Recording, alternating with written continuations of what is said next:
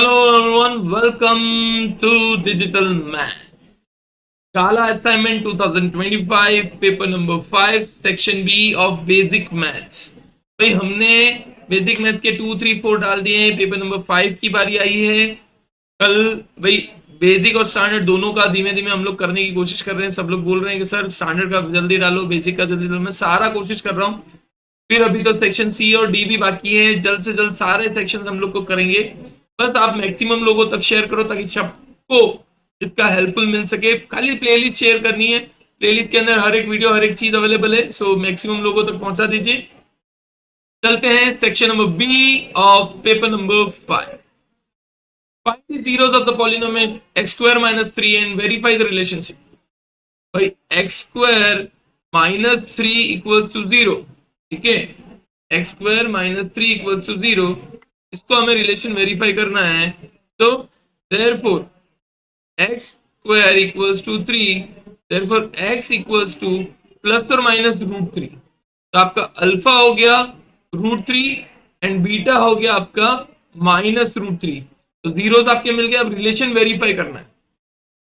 For alpha plus beta की अगर बात करूं तो root three minus root three equals to zero. तो फ्रॉम रिलेशन, अब रिलेशन की अगर हम लोग बात करें, from relation alpha plus beta equals to minus B by A, that is minus B. तो जीरो है, जीरो अपॉन वन यानी जीरो ही होने वाला है। तो इससे हमने एक रिलेशन वेरीफाई कर दिया। दूसरा रिलेशन वेरीफाई करेंगे तो अल्फा इंटू बीटा यानी root three into minus root three equals to root three into minus root three आपका हो जाएगा माइनस थ्री। और फ्रॉम रिलेशन अगर बात करें, फ्रॉम रिलेशन, रिलेशन से अल्फा इंटू बीटा आपका हो जाएगा C upon A, that is equal to minus three upon one यानी माइनस थ्री। माइनस थ्री मतलब दोनों रिलेशन आपके वेरीफाई हो चुके हैं। दोनों के दोनों रिलेशन क्या हो चुके हैं? वेरीफाई हो चुके हैं। So let's begin. Next question number 26. So question number 26 की तरफ है, find the quadratic polynomial with sum and product of whose zeros are. तो आपको अल्फा प्लस बीटा दिया हुआ है minus one by four and alpha beta दिया हुआ है वन बाई फोर। अब रिलेशन जो होता है that is k in bracket x square minus alpha plus beta x plus alpha beta where k is not equal to zero. K जो है zero नहीं है। तो सबसे पहले अगर वैल्यूज डालें implies k in bracket x square minus of minus one by four x plus one by four. तो ये हो जाएगा k in bracket four x square plus x plus one upon four. K is not equal to zero. यहाँ पे क्या आ जाएगा? K upon four in bracket four x square plus x plus one, where k is not equals to zero. So therefore k in bracket 4x square plus x plus 1, where k equals to k by 4 equals to not equals to 0। भाई constant है तो constant कभी zero नहीं होता है। तो हमारा answer क्या आ गया? k 4x square plus x plus 1। This is your answer. जो पॉलिनोमियल हमें फाइंड करना है उसकी वैल्यू ये रहेगी। नेक्स्ट क्वेश्चन नंबर 27 की तरफ चलते हैं। Find the values of k for which the following quadratic equation has real and equal roots। k की वैल्यू फाइंड करनी है ताकि क्वाड्रेटिक इक्वेशन के रियल और इक्वल रूट्स है। तो therefore k x square minus two k x plus six equal to zero. Since roots are real and equal, भाई roots are real and equal, therefore d equals to zero. therefore b square minus 4ac equals to 0। therefore अब b क्या है? a आपका हो गया k, b आपका हो गया माइनस टू के, c आपका हो गया सिक्स। तो minus two k whole square minus four into k into six equals to zero. So therefore 4k square minus 24k equals to 0। therefore 4k common निकालो k minus 6 equals to 0, therefore k equals to 0 नहीं हो सकता, सी वो बाद में, और k या तो 0 है या फिर k equals to 6, but if k is equals to 0, therefore it is not a polynomial, it is not a quadratic polynomial. तो हम लोग का जो k है वो क्या हो जाएगा, k equals to 6 is the correct answer. आप चेक कर सकते हो, k equals to 6 is the correct answer. ठीक है, तो k की वैल्यू क्या हो जाएगी, 6 हो जाएगी. k equals to 6 is the correct answer. Which term of the AP is its first negative term? भाई AP का A जो है 121 है, B जो है 117 माइनस 121 यानी -4 है, n आपको फाइंड करना है, और an जो है लेस देन 0 होना चाहिए. Which first term is negative term? तो हम लोग बोले since an less than 0, therefore a plus n minus 1d is less than 0, therefore a क्या है 121 plus n minus 1, d जो है -4 less than 0, therefore n minus 1 -4 less than -121.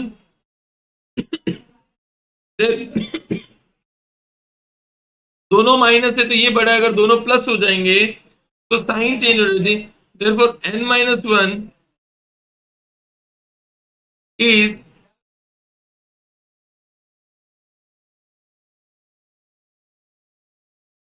n minus 1 is greater than -121 upon -4, that is plus हो जाएगा.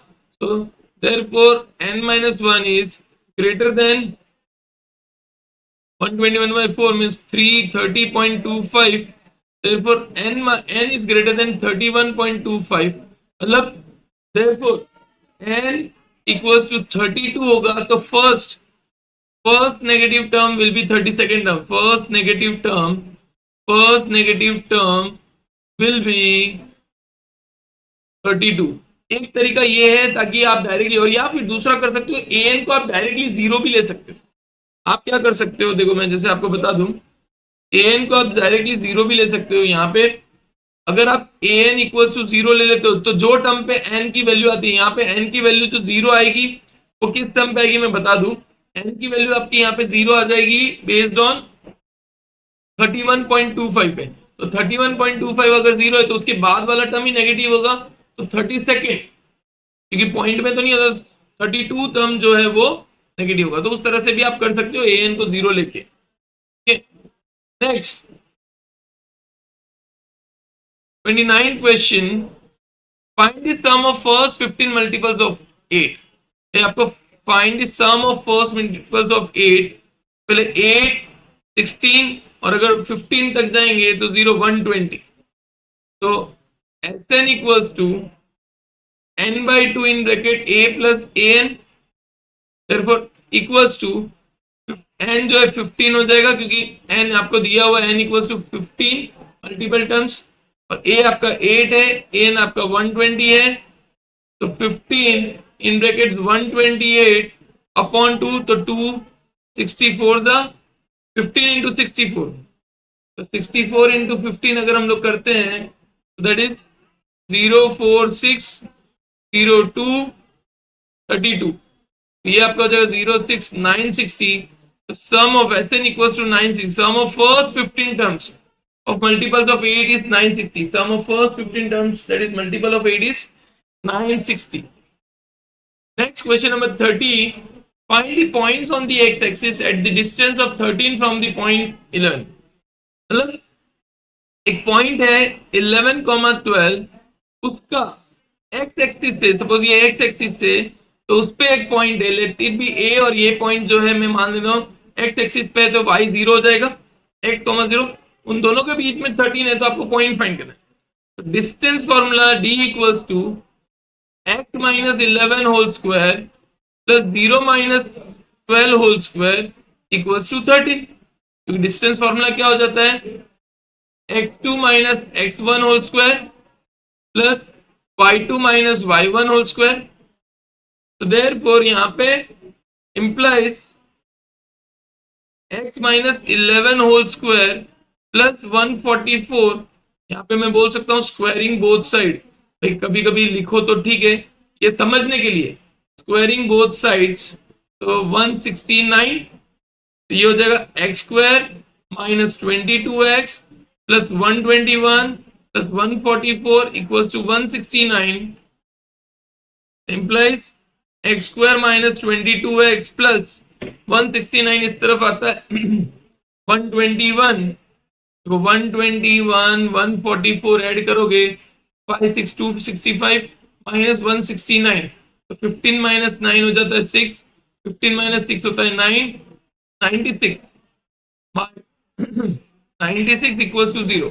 अब 96 को बनाना है 22, यहाँ पे इक्वेशन जो बना है that is x square minus 22x plus 96 equal to 0। 96 का हम अगर बना रहे हैं तो 248 जा, 224 जा, 212 जा, 26 जा, 23 जा, 31 जा।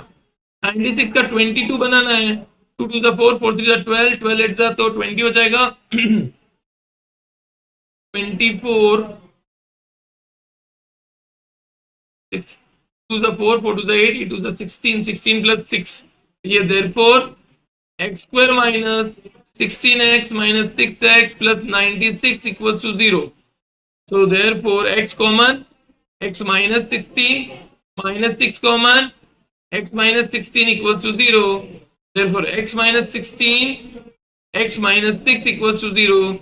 Therefore x equals to 16 और x equals to 6, यानी आपका जो पॉइंट है वो तो होगा 16,0 और 6,0, दोनों ही वैल्यू वैलिड गिननी पड़ेगी। ऐसा नहीं है कि एक वैल्यू को लेके चल सकते हो, you need to use both the values, दोनों ही वैल्यूज आपको वैलिड काउंट करनी पड़ेगी। Now point 3, b divides the line segment AB joining the point A 1, 2 and B 4, 5 in the ratio 2:1 from the side A of A, find the value। तो आपका एक point है A से लेके B तक, A 1, 2, B 4, 5, point P जो है 3, B और 2:1 में डिवाइड कर रहे हैं। आपको B के कोऑर्डिनेट्स फाइंड करने हैं। वैसे देखा जाए तो P x, y क्या हो जाएगा P m1 x2 plus m2 x1 upon m1 plus m2 m1 y2 plus m2 y1 upon m1 plus m2, तो इक्वल्स टू, अभी हम लोग b की बात कर रहे हैं तो सब b equals to m1 y2 plus m2 y1 upon m1 plus m2, तो ये हो जाएगा m2 क्या है हमारा, m1 जो है 2, y2 मेरा 5, फिर 1 इंटू 2 अपॉन 2 प्लस 1, तो 10, 10 प्लस 2 12 अपॉन 3, तो implies b equals to 4। b की वैल्यू क्या आ जाएगी 4, 31 नंबर b की वैल्यू 4 आएगी। b की वैल्यू पूछी थी तो b की वैल्यू 4 आएगी। Now in the given figure tan p minus cot r find करना है। तो फर्स्ट ऑफ ऑल अगर हम लोग देखिए ध्यान से in triangle PQR, in triangle PQR using Pythagoras triplets, using Pythagoras theorem, not triplets, theorem, with the triplets से तो पता चल जाता है कि 5 है, but still PR square equals to PQ square plus QR square, implies PR equals to 13 whole square equals to 12 square plus QR square. So therefore, QR square equals to 169 minus 144. 169 minus 144 is 25. Therefore, QR equals to 5 centimetre. यहाँ पे QR मिल गया 5 centimetre. अब tan P minus cot R, तो P मतलब ये वाला angle लेना है, तो उसके according QR upon PQ minus cot R जो है वो हो जाएगा cot R, मतलब ये वाला angle, that is again QR upon PQ. So QR means 5 centimeter. 5 upon 12 minus 5 upon 12 equals to 0. तो 10p माइनस कॉट आर कितना हो जाएगा? 0. 10p माइनस कॉट आर की वैल्यू आपकी 0 हो जाएगी. क्वेश्चन नंबर 33 की तरफ बढ़ते हैं. If sine a minus B equals to half and cos a plus B equals to half, find a and b. Sine a minus B equals to अगर half है, sine a minus B equals to sine 30 implies a minus b equals to 30. This is equation number 1. Then cos a plus b equals to half. Cos a plus b equals to cos 60 degree. Therefore a plus b equals to 60 degree. Equation number 2. अब a plus b को add कर दो. a minus b equals to 30, a plus b equals to 60, minus b plus b cancel, तो 2a equals to 90, therefore a equals to 45. a की value 45 होगी. Equation number 2 में रख दो. Equation 2, 45 plus b equals to 60, therefore b equals to 15. Therefore a equals to 45 degree, b equals to 15 degree. Question number 34. A 15-meter tall eucalyptus tree breaks at a height of 5 meters from the ground. The broken part remains attached to the main trunk and also its top touches the ground. Find the angle made by the broken part of the tree with the ground. अब आप इसमें देखो, एक 15 metre long tree है जो ground से 5 metre में, भाई टोटल हाइट जो है वो 15 मीटर है. वो ग्राउंड से 5 मीटर की हाइट पे 5 मीटर की हाइट पे टूट जाता है और वो यहां पे टच होता है इधर. Let it be A B, ये सी डैश और ये सी. तो ये 10 मीटर हो गया. आपको एंगल फाइंड करना theta. So in triangle ABC dash 10 नहीं, देखो परपेंडिकुलर हाइपोटेन्यूज किससे रिलेट होता है? तो sine theta equals to AB upon AC dash equals to 5 upon 10 equals to half. तो sine theta equals to sine 30 degree. Therefore theta equals to 30 degree. तो theta की value कितनी आ गई? 30 डिग्री. तो angle made by the trunk which is touching the ground is 30 degree. भाई simple याद रखना है, उसके बेस पे चलोगे तो better. Mayank made a bird bath of his radius, his garden in the shape of a cylinder with a hemispherical depression at one end. The height of the cylinder is 1.45 meter and its radius is 30 centimeter. Find the total surface area of the bird bath. Take pi equals to, देखो now PSA of bird bath equals to CS, पहले इधर बोलते CSA of hemisphere plus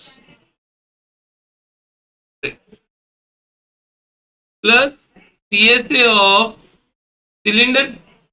कि cylinder का नीचे का count करना नहीं है, बर्ड बाथ बनाया है तो cylinder CSA of cylinder. We can directly say, भाई क्वेश्चन जो उसके हिसाब से अगर बात करें कि Mayank made bird bath for his garden, तो उसके हिसाब से अगर हम लोग देखते हैं तो आपको सिर्फ CSA ऑफ सिलेंडर और CSA ऑफ हेमिस्फीयर ऐड करना है. CSA ऑफ सिलेंडर और CSA ऑफ हेमिस्फीयर ऐड करोगे तो उसमें आपका आंसर आ जाएगा.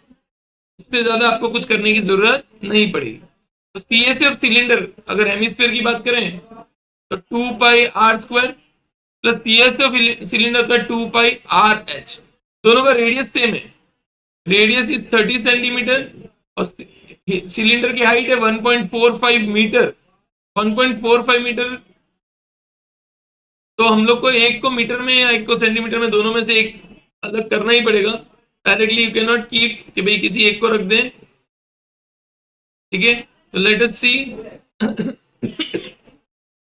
मैं क्या कर रहा हूं, इसको मीटर में कर देता हूं, that is 0.3 metre, that is 2 into 22/7 into 0.3। पहले एक काम करते, कॉमन जो कॉमन निकल रहा है उसको कॉमन निकाल दे, नहीं तो गड़बड़ होने के चांसेस बढ़ जाते हैं। ठीक है, सिर्फ ये एक काम करेंगे क्योंकि इधर ये लोग ने बेस फिगर में बताया हुआ है, ये वाला भी ऐड कर दे तो बेटर ऑप्शन होगा, तो हम लोग बोल देते हैं एरिया ऑफ बेस, बेस का एरिया भी ऐड कर दे तो हो जाएगा pi r square, that is pi r common, ये 2 pi r plus pi r square यानी 3 पाई आर बचा, प्लस 2 पाई आर कॉमन तो 2h अंदर बचता है, तो ये हो जाएगा 22/7। अरे पाई कहां से आ गया, सिर्फ 3r बचेगा, 22/7 into 0.3 into 3 into 0.3 plus 2 into 1.45। ठीक है, तो यहां पे अगर हम लोग देखें तो 6.6/7 into 0.9 plus 1.49 that is 2.95, sorry 9, सिर्फ 2.9 बचेगा, 1.45 का डबल अगर हम लोग कर देते हैं तो 1.45 का double that is equal to 2.9, 1.45 into 2 is 2.9, तो ये हो जाएगा 6.6/7 इंटू 3.8 मल्टीप्लाई करो भाई, 3.8 इंटू 6.6 तो 0, 6 8 जा 48, 4 6 3 जा 18, 19 20 21 22, तो 8 2 2 तो 80152, तो 25.25.08/7। मल्टीप्लीकेशन चेक कर लेना, हमेशा गड़बड़ी होने के चांसेस होते हैं, रॉन्ग ना हो जाए। फिर 7 से डिवाइड करेंगे तो 7 3 जा 21.7 5 जा 35, 5 8 7 8 जा 56 20, तो 7 2 जा 14 मीटर स्क्वायर। तो जो बर्ड बात है उसका एरिया जो है that is 3.582 3.3 can be near about. तो मल्टीप्लिकेशन वगैरह चेक करके हम लोग ने फाइंड किया, कैलकुलेशन फिर भी चेक कर लेना, 3.582 3.3 मीटर स्क्वायर, एक बार जस्ट चेक कर लूं,